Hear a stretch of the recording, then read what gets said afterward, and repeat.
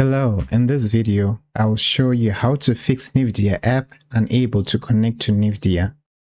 You may have a problem that you're failing to connect to NVIDIA app, like so.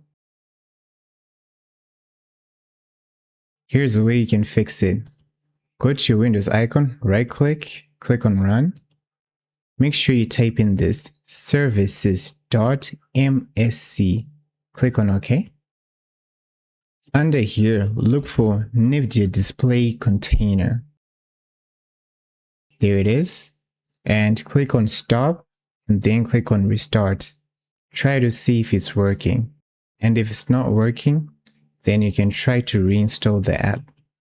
You can do this by going to the website. Go to nvidia.com, then under there, go under Drivers. Scroll down, then put your specific NVIDIA graphics card. Then click on Find. And here you can choose what you want, the Game Ready driver or the NVIDIA Studio driver. Click on View.